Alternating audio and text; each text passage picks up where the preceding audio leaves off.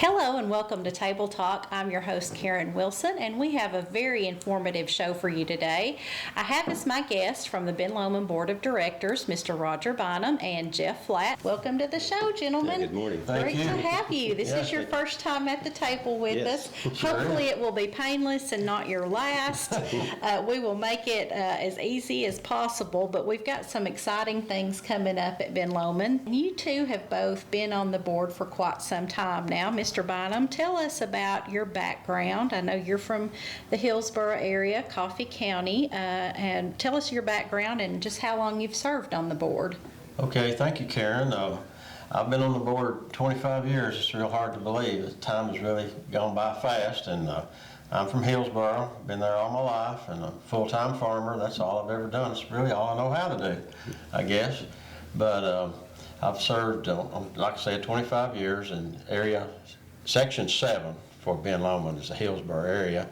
And I've been involved in several different boards also. I've been on Farm Bureau.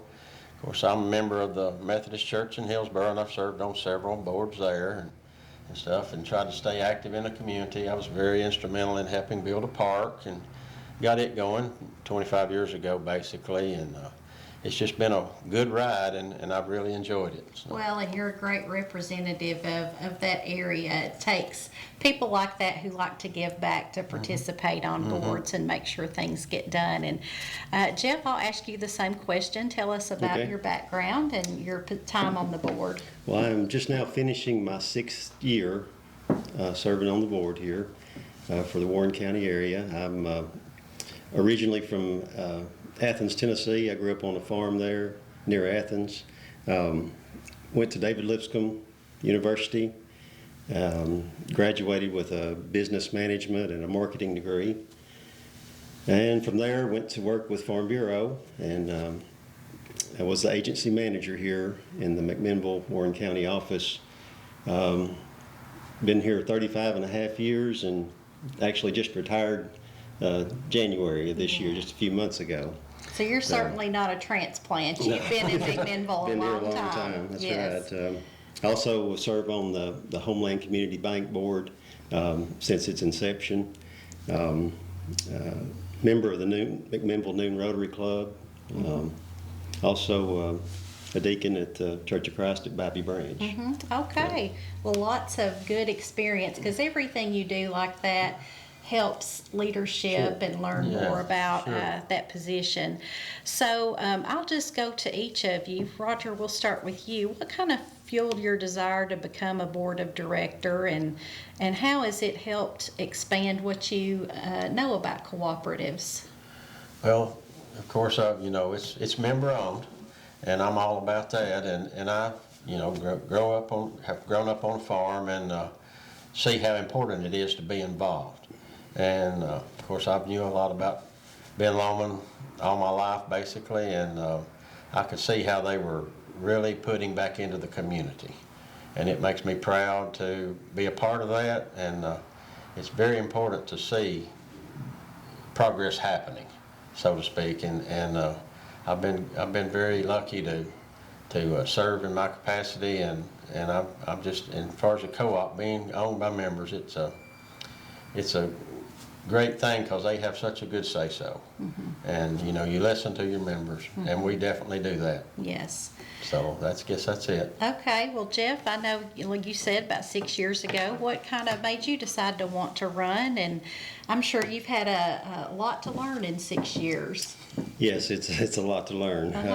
The cooperatives are all about serving the underserved, and which generally is the rural areas. And I think this is basically comes from, when you have a rural background, you understand things like family, church, community, having a good work ethic.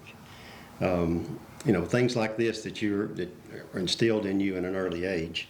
So bringing those things forward, what interested me was, the opportunity to serve our community, and provide my experience and background in areas. Of course, Ben Lomand, as Roger said, has a great reputation. It's a leader in the industry, a great corporate citizen. And, I'm proud to be a member of the board. Yeah, I was at an event a few weeks ago, a big fiber grant event, and was talking to a manager from an electric cooperative near Memphis, and he had certainly heard about us and complimented how the reputation we had in the industry, and it instilled pride, a renewed pride in me to think, wow, 60-something years now of just this history that we have, and what a good reputation in the industry that we strive to maintain. At that meeting, I had a representative of the government. I won't name any names, but when I introduced myself to him, he said, "Ben Lomand, you're one of our favorite." Oh, that's great. That's always good to hear. Yeah. It makes you real proud to go somewhere like y'all are talking about, or even to an annual meeting that we just had, and you get in a crowd and you say Ben Lomand, it's like everybody wants to listen. Because I think we've always kind of been a little bit of a model.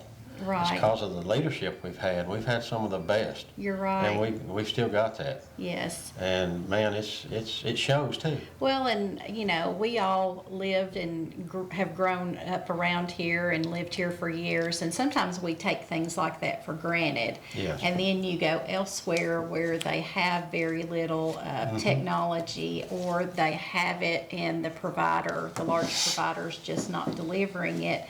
Makes you appreciate what we have, and it's a source of pride for all of us. Yeah.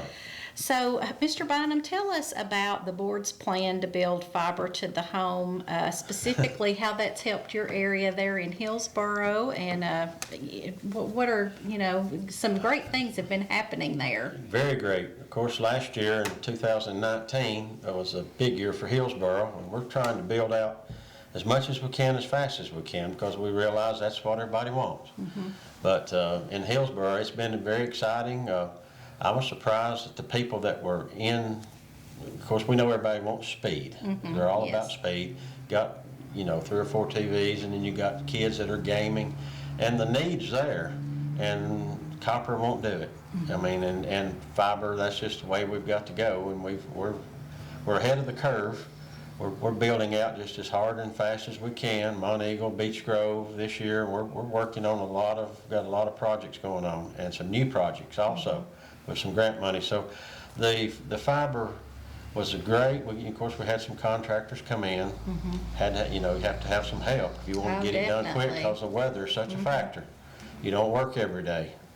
But yes, it's been great, and people are loving it. They brag about it. They're satisfied, and we're happy that they are. I know I was one of the ones, a lot of us went door to door there in Hillsboro to get the word out about it, and everyone seemed really excited to have that ability to get that.